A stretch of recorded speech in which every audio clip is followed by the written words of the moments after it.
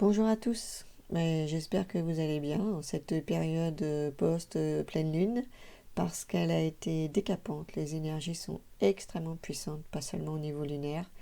Euh, Nous entrons cette semaine dans un marasme émotionnel, un marasme mental et il est vraiment essentiel de rester centré, ancré et de ne pas se laisser embarquer dans le chaos familial, amical, collectif, parce que ça brasse énormément de tous les côtés. Ça brasse, pourquoi ça brasse?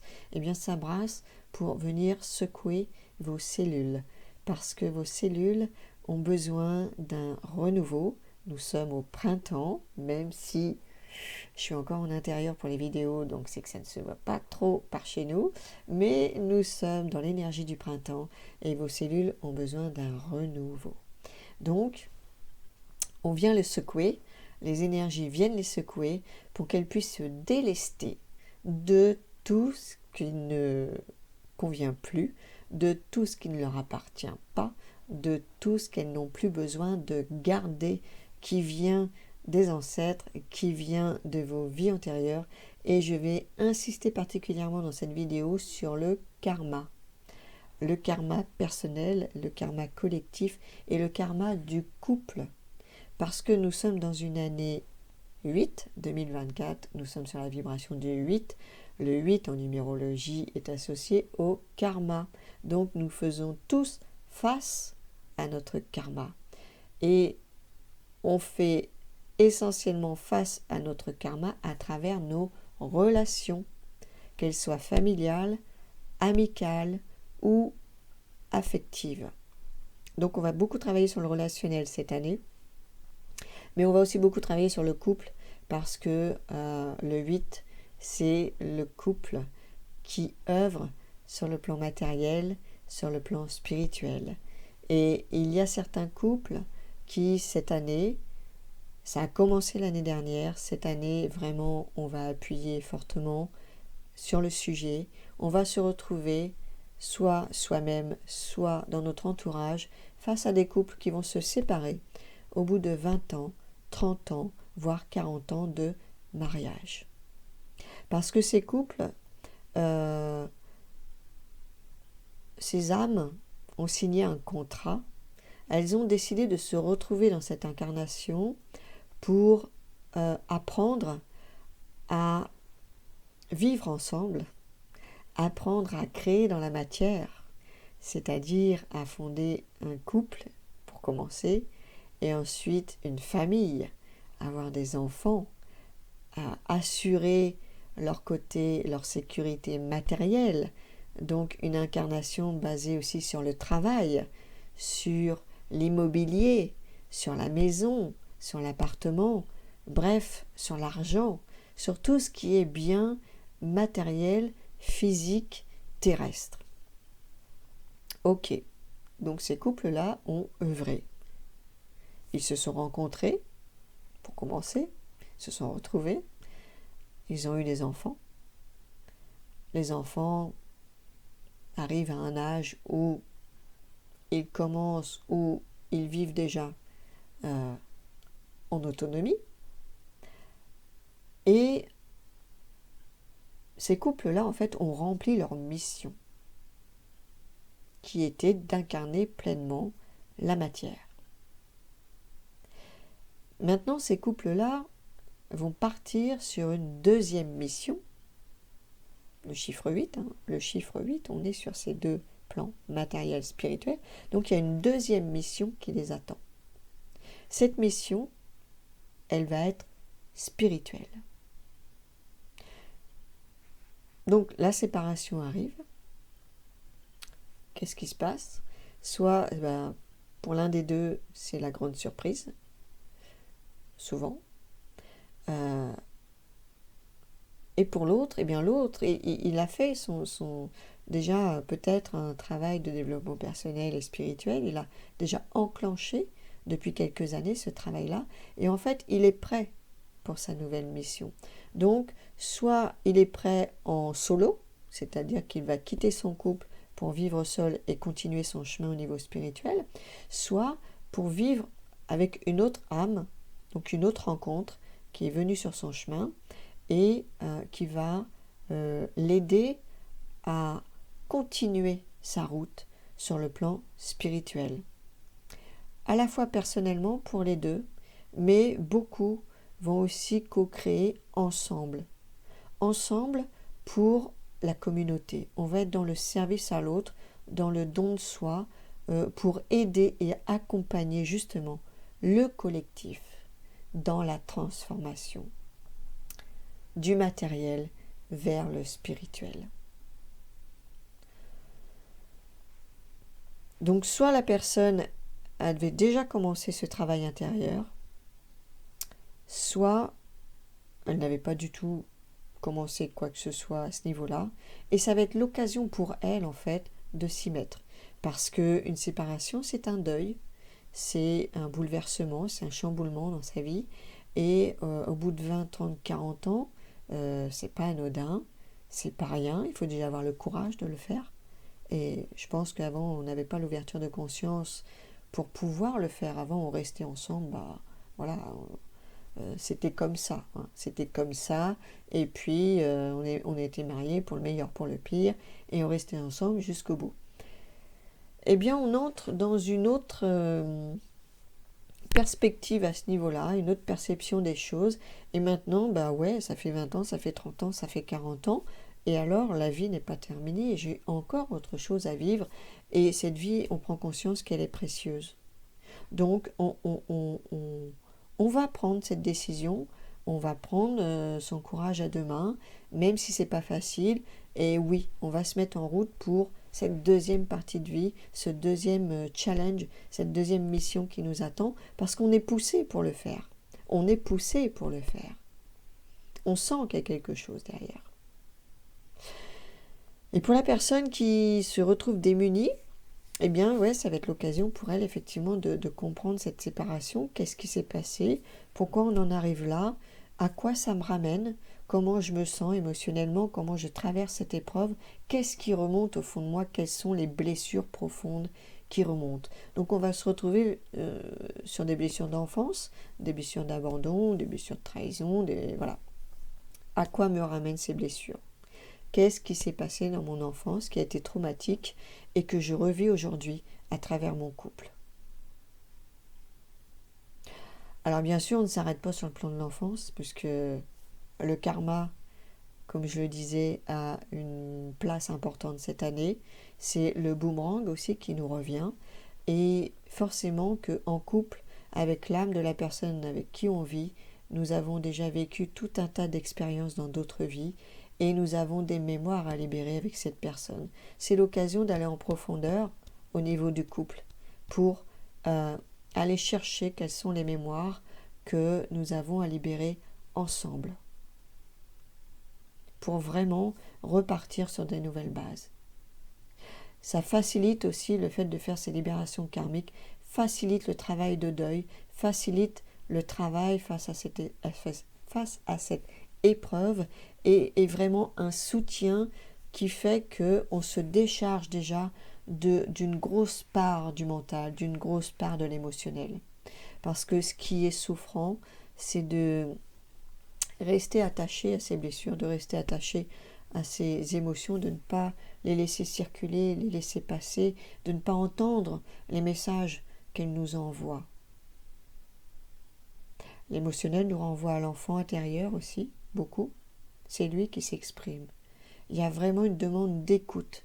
Cet enfant, il a besoin d'être entendu, il a besoin d'être reconnu dans ses souffrances. Quand on est adulte et qu'on sait qu'on a vécu un traumatisme, on va avoir tendance à dire « ouais, bon, bah c'est bon, j'ai survécu, je suis là, finalement dans ma vie, je suis pas si malheureuse que ça, etc. » Ok, c'est l'adulte qui parle. L'adulte qui a fait un cheminement, qui a dépassé certaines choses, effectivement, qui a fait un travail, ok. Mais quand vous réagissez comme ça, votre enfant à l'intérieur, il reste en souffrance. Il reste en souffrance parce que votre façon de voir les choses, de les minimiser quelque part, fait qu'il ne se sent pas reconnu dans sa douleur et dans sa souffrance, dans son traumatisme. L'enfant à l'intérieur, il n'a pas 40 ans, il n'a pas 50 ans, il n'a pas 60 ans. Il a 3 ans, il a 4 ans, il a 5 ans, 6 ans, 7 ans, 10 ans. Et lui, il est resté sur ce traumatisme. Il est resté sur ses incompréhensions. L'adulte, aujourd'hui, il raisonne, il met du sens, ok. Mais l'enfant, lui, vous lui avez expliqué à l'enfant, vous lui avez expliqué ce qui s'est passé à travers ses épreuves, à travers ses émotions, ses incompréhensions. Est-ce que vous lui avez expliqué ce qui s'est passé? Est-ce que vous êtes revenu vers lui? Est-ce que vous êtes revenu le voir pour dialoguer avec lui? Ne serait-ce que dire « Ok, oui, je comprends, je vois ta souffrance, je ressens ta souffrance, je la reconnais. Oui, tu as souffert.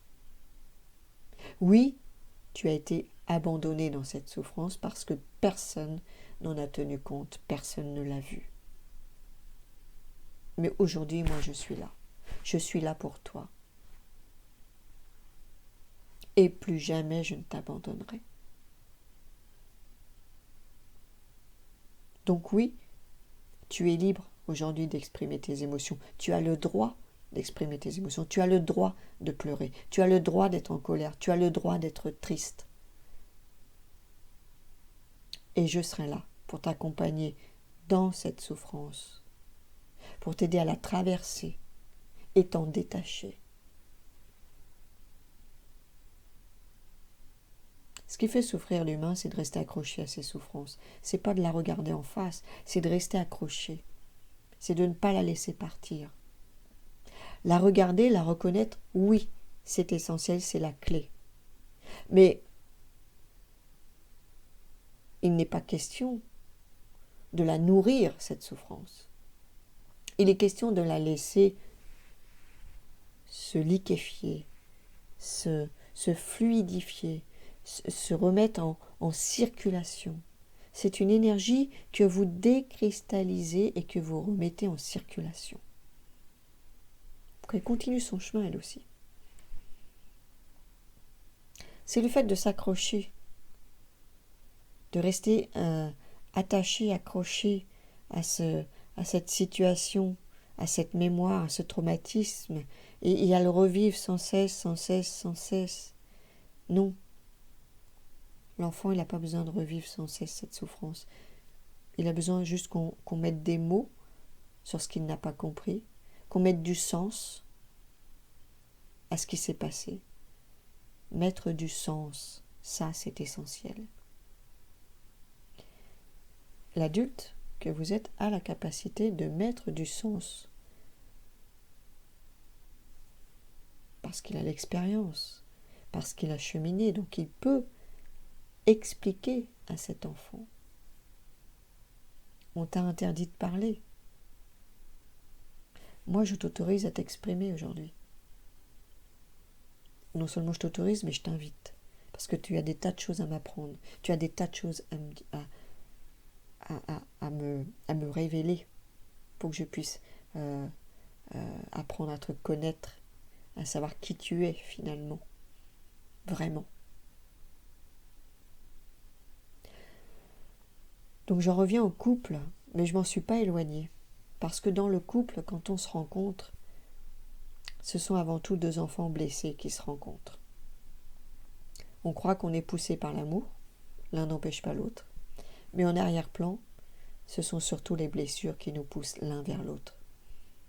Et on se rencontre par rapport au magnétisme de ces blessures, parce que ces mémoires sont magnétiques. C'est comme ça qu'on se retrouve sur le chemin, par ce magnétisme. Nos corps énergétiques parlent beaucoup plus que notre propre voix. Nos corps énergétiques échangent énormément d'informations, inconsciemment. Et dans nos bagages karmiques, il y a du dossier et il y a énormément de blessures que l'on a ramenées dans cette vie-ci pour s'en occuper et les libérer. Donc pour tous les couples qui se séparent, tout comme pour tous les couples qui se rencontrent, la première chose à faire, c'est d'aller libérer les mémoires karmiques. Pour déjà vous délester de ces bagages qui n'ont plus leur place et qui n'ont pas besoin de vous encombrer encore plus dans cette vie-ci. Ça vous facilite le travail de séparation et ça vous facilite le travail de rencontre également. Voilà, donc autour de moi, ça a commencé l'année dernière dans les couples. J'ai eu des surprises dans ma famille.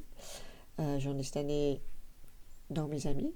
J'en ai pas plus tard que cette semaine encore dans ma famille. Et ce sont des couples qui sont sur du 30 ans, 40 ans de mariage. Et qui, du jour au lendemain, clac, c'est fini. Parce qu'ils sont prêts. Ils sont prêts à vivre autre chose.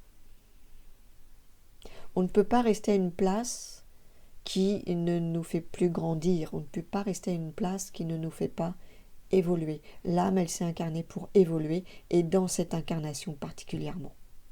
Parce qu'il y a besoin de changement. Je n'ai pas besoin de vous raconter ce qui se passe dans le collectif, vous le voyez ou pas, mais en tout cas vous avez les informations de ce qui se passe au niveau collectif. Tout est en train de s'effondrer de tous les côtés. Le château de cartes est en train de tomber. Il y a besoin de faire, comme j'ai entendu, place nette. Il y a besoin de faire place nette, mais à tous les niveaux, dans tous les domaines. Donc on ne s'est pas incarné pour rester dans des schémas obsolètes. On s'est incarné pour faire bouger les lignes, pour faire bouger les choses, pour transmuter toutes ces mémoires. Parce qu'il n'y a pas de changement sans transmutation de mémoire, qu'elle soit transgénérationnelle ou karmique. Les deux sont liés pour moi et elles sont indissociables. Ce qui se passe au niveau transgénérationnel et au niveau de l'enfance n'est que répétition de ce qui s'est déjà passé pour nous dans nos vies antérieures, parallèles, dans nos vies, nos autres vies. Donc c'est lié. Tout ça est lié. Et c'est pour ça que je travaille essentiellement sur les 4 plans qui sont le karmique, le transgénérationnel, le gestationnel, parce qu'il s'en passe beaucoup de choses aussi au niveau gestationnel, et l'enfant intérieur. C'est en travaillant sur ces 4 plans qui sont indissociables que vous pouvez arriver à faire un travail complet, efficace et durable. Sur ce, je vais vous souhaiter une belle journée ou une belle soirée. Je ne sais pas trop quand va apparaître cette vidéo. Et n'hésitez pas à vous abonner à la chaîne si vous voulez recevoir les prochaines vidéos. J'espère que la prochaine sera en extérieur parce que j'ai vraiment hâte de retrouver les énergies de la baie.